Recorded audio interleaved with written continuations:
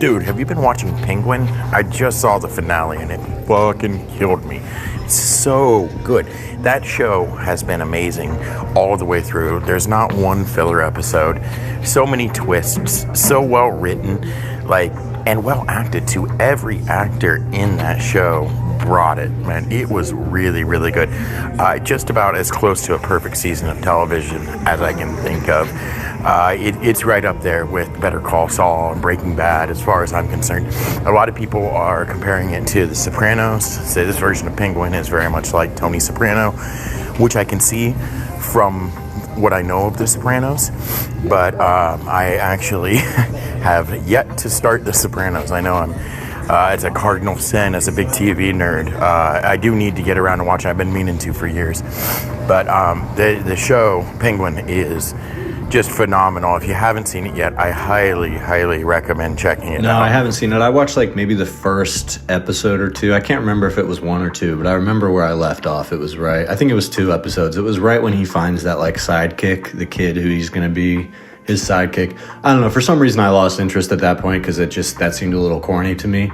But everybody says that from there, it's incredible. The fact that you put it up there with Better Call Saul and Breaking Bad and stuff is that's crazy to me. I'm definitely going to check it out. I also have never really watched The Sopranos. I'm kind of curious about it, but for me, the problem with The Sopranos is how am I going to start watching a show like that, when I know that the ending sucks, and I know that there's a lot of value, it's a good show in between, there's a lot of great episodes, but everybody just hates the ending so much that it's why am I going to put in all this time to watch this great show just for it to not end on a strong note, So I'm just not that motivated to watch it. It's funny that you mentioned Better Call Saul though, because I was just thinking about that on my way to work. I was thinking that it's kind of a crime that we didn't get a version of Better Call Saul where Saul just keeps lying and tricking his way through every situation until he eventually becomes president of the United States, and then he gets voted out and gets charged for a bunch of crimes.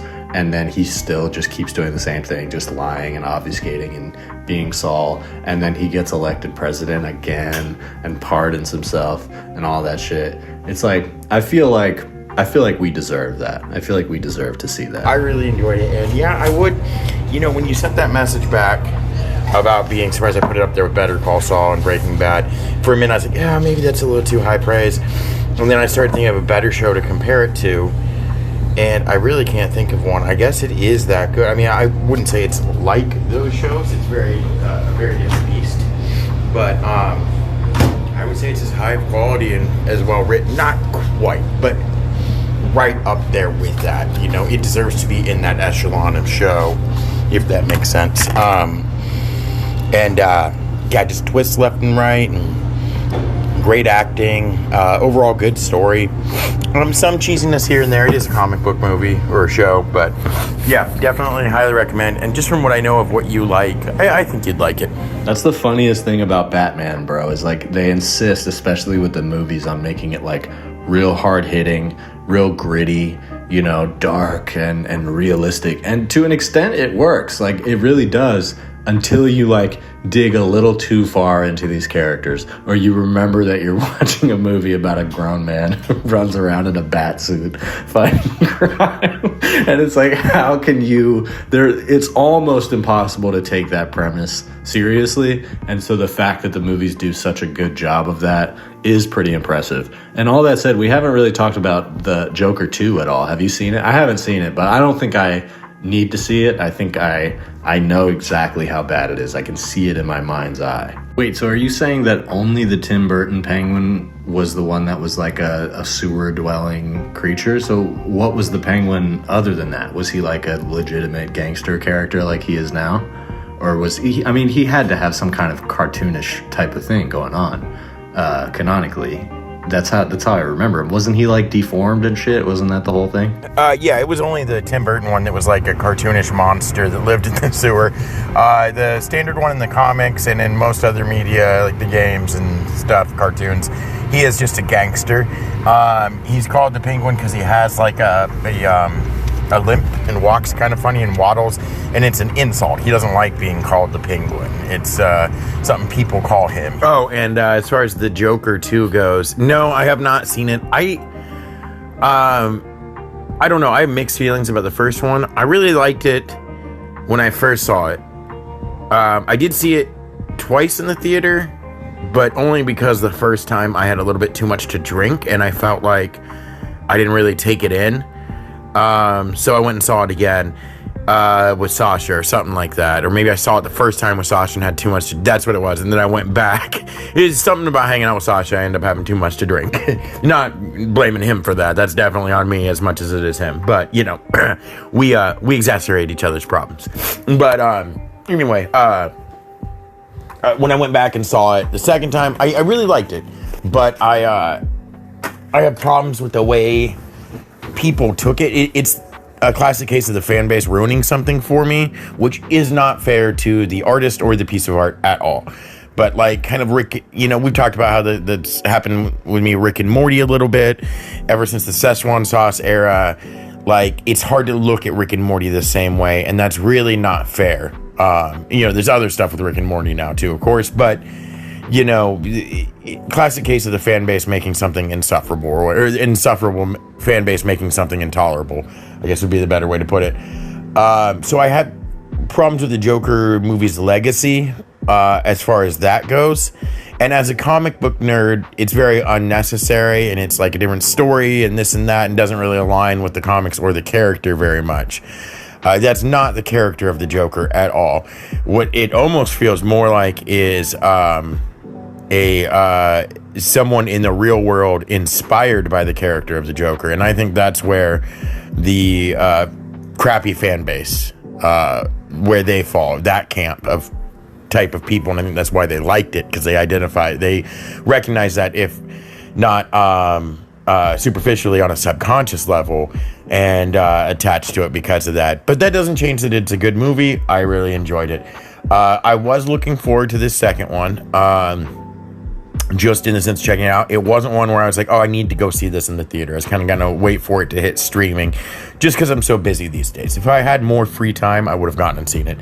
The negative reviews don't scare me off. I've heard a lot, and unfortunately I had the ending spoiled for me. And none of that I really have a problem with. It's just, it doesn't seem very exciting for me. It doesn't seem like something I need to see, but I'll definitely check it out when it hits streaming, and I'll probably enjoy it more than most people because I don't have that kind of high expectations for it. One thing I started to get to, and I got myself sidetracked, was when I said that this Joker doesn't really align with the comics or the character at all.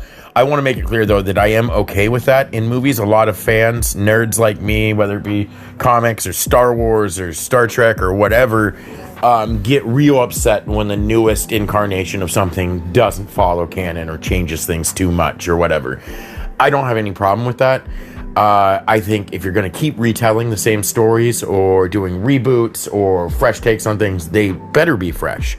If you don't have something new to bring to the table, why bother doing it? I am totally okay with different takes on characters or different versions of them, or, you know, whatever.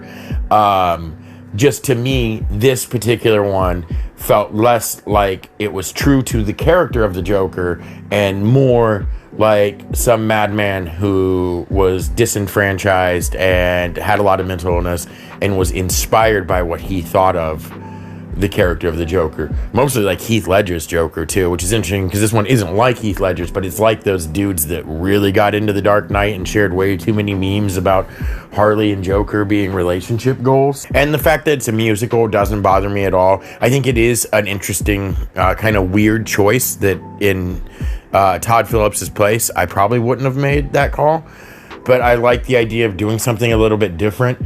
And the whole first movie is filled with the Joker's delusions, and you don't realize it at first that those things aren't really happening, that they're his delusions. So this taking that to the next level, where he's now doing these like song and dance numbers and this and that, the things, I don't see that as a problem.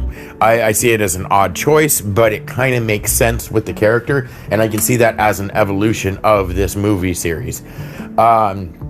But as far as some of the choices that the character made or that they made for him in this movie, there are some things that I think were probably the wrong choice. I won't know until I see it. And you said you hadn't seen it, right? So I don't want to spoil those for you. Stuff I've had spoiled for me, not just the ending, but stuff throughout the movie, choices that Joaquin Phoenix's Joker makes, the way he feels about decisions he did in the first movie and such. I'm not sure were the right call. So I'm iffy about the movie, but I am going to check it out when it hits streaming. Joker 2 is funny because it seems like just a middle finger in the face of the audience of the movie. And it may be that it may be the directors and the creators wanting to kind of pointing out the same thing that you were pointing out about how the fan base of the movie kind of almost dilutes the point of the writing itself. And so they seem to want to do something subversive. As soon as I heard it was going to be a musical, I knew that it would be that would be an issue for the fan base of the movie. I'm not particularly a fan of musicals. It definitely hasn't made me interested in going to see it. Like you said, I'll probably watch it when it comes out. I also understand the idea of making it a musical, like this idea that he's like totally losing his mind and there are these like extravagant musical numbers that are sort of play out his delusions. I think that's an interesting idea, but I don't know why.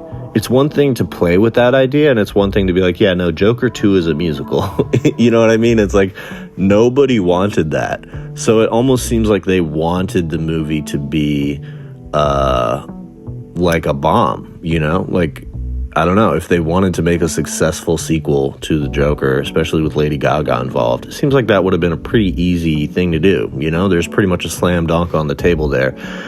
And I respect the idea of doing something artistic and weird rather than the easy option. But, I mean, you know, it just seems like they're purposely doing something that they know their audience won't like. So if it's an experiment to that degree, to that effect, then okay, I respect it. You know, I'm not personally expecting to enjoy the movie very much. I don't know if you heard, but Tim Dillon had some funny things to say about it because he was in the movie. He's like he plays a brief security guard role, and he said that being on set, all the guys were just like watching what they were doing and just kind of whispering to each other like, this movie's gonna suck, right? I did see the Tim Dillon stuff. It was kind of funny. But also, yeah, fuck that guy too. I don't know. I don't really like Tim Dillon either. I think he's a great example of like just this cynical comedian that, you know, espouses lots of political rhetoric to a very wide audience while having absolutely no political base point himself, no sense of political responsibility or any kind of like tethering to any, you know, any ideology that can be held accountable or, you know, at least, you know, understood from that perspective. He just seems to want to spew bullshit, which seems to be rather profitable these days for some of these Apparently guys. Trump today named Matt Gaetz as Attorney General. Is that how you say his name? Gaetz? Gaetz? Gaetz. I've heard it said both ways. Anyway, and Tulsi Gabbard as Director of Intelligence. S just keeps getting better and better. Yeah, Matt Gaetz as a pick was like genuinely surprising. I don't know what the fuck. I don't think he's a lawyer or anything. Maybe he's passed the bar. I don't fucking know. But that seems to be one of the first clown show appointments aside from Elon and Vivek with this Doge department. Truly hilarious that they have two different co-heads of the Department of Government Efficiency. I'm sure that's just going to go swimmingly well. Definitely looking forward to Trump getting irritated with Elon. He apparently said something like, Elon won't go home. I can't get rid of him, at least until I don't like him anymore. He said something like that. So yeah, the clown show has begun.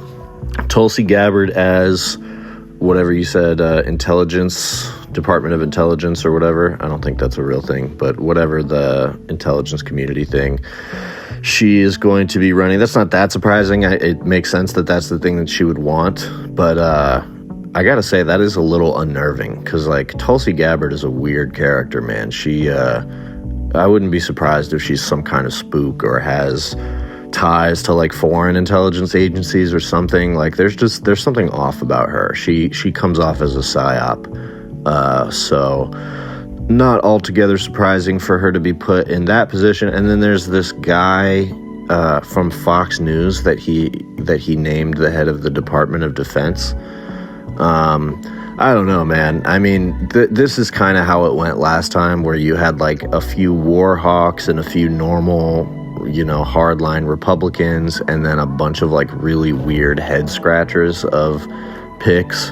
And some of it led to disastrous results. Some of it was rather innocuous. I remember that guy Rick Perry, who was like an oil executive, was made the head of the Department of Energy, and there were headlines because apparently he didn't realize that also means that he's in charge of the nuclear arsenal, and so he thought he was going to be just like, giving subsidies to oil companies, and it turns out that he's in control of all of our nuclear weapons that he knows nothing about. So that's the kind of funny little silly hee ha ha that I'm expecting from these people. But yeah, I mean, it's a clown show. I'm trying not to pay too much attention, but some of the sillier names that get thrown out there, like Matt Gaetz, is pretty impressive. I'm wondering if he's appointing Matt Gaetz because he's like, oh, well, you've been accused of being a pedophile before, so you're exactly the kind of guy that I need in the top lawyer position. And also, as far as Tulsi Gabbard goes, we have to ask ourselves here a little bit, like, what is it that she did for Trump? Because, her campaigning for him does not strike me as very helpful. I mean, there's not that many people out there that are fans of Tulsi Gabbard. There are some, because she ran in the Democratic primary in 2020, and she had a little bit of a following. There were people that wanted her to win. She was talking a little bit of the right talk at some moments. But it just strikes me that, like, I don't know, her being on the campaign trail, I don't know if that has as big of an impact as some of these other guys. Even RFK Jr., I think, was a bigger deal for Trump than Tulsi Gabbard. So, again, this goes back to, like, her being sketchy. Like, there must have been something that she was able to do for Trump during that time that made it. It is kind of impressive that he is actually making good on promises to these people when he doesn't have to. Like, Elon, again, it makes sense. Elon had a big impact, I think, on his campaign. RFK, we'll see if he gets appointed. But, these are people that he doesn't have to do right by in any stretch of the imagination. And, like, it's pretty standard Trump behavior for him to just throw these people to the wolves now that he has benefited from them. And that probably will be what happens eventually. Again, like I've said, especially if any of them get in his way at all, which is likely. But so far, that's the thing that I guess, the most struck by, is the fact that whatever handshakes and deals were going on behind the scenes with these people, Trump seems to be making good on his promises to them as of right now, which, I'm not sure. That's a different dynamic than when he won last. I wouldn't be surprised if Tulsi Gabbard is some kind of foreign agent. I usually don't jump into conspiracies like that, but like you said, there's just something really off about her. Matt Gaetz not being a lawyer or potentially having passed the bar or whatever, I mean, that doesn't surprise me. Donald Trump wasn't a politician, right? And then... but yeah, like you said, this is a lot like what happened last time around. And I mean, those people are his, picks now. But like, if the shit show last time was any indication, half of them will be fired by, 6 months into his term. Like, so I don't know if it really matters getting too worked up over any of these people.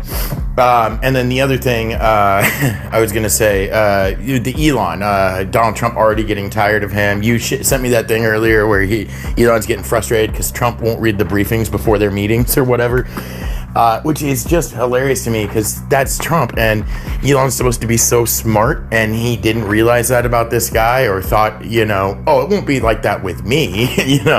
I think he had a case of, well, not me, that kind of attitude. But one thing I heard about Trump and not reading, in his term, the morning briefings he's supposed to get as the president, that he refused to read those. And I don't know if this is true. This seems a little far-fetched, but I wouldn't put it past Trump, is that he would have people read them into a camera, and then he would watch the video of it like he was watching a news report or something, because Trump is all about watching TV and consuming his information that way. And, I won't knock people who aren't great readers. Not everyone is a great reader. Sometimes it's really hard for someone just to read what's on a page and comprehend it right. That's not how they take in information. Maybe they're better hearing it or, watching it, whatever, helps him learn. I'm okay with it. I'm not going to make fun of someone for that. But it does seem pretty ridiculous that the president of the United States won't read briefings, or won't at least take in the information, find some way to get them. So, Donald Trump. Well, don't worry, buddy. The political coalition of people in this country who are grown adults that can't read is already sizable and only set to increase over the next several years.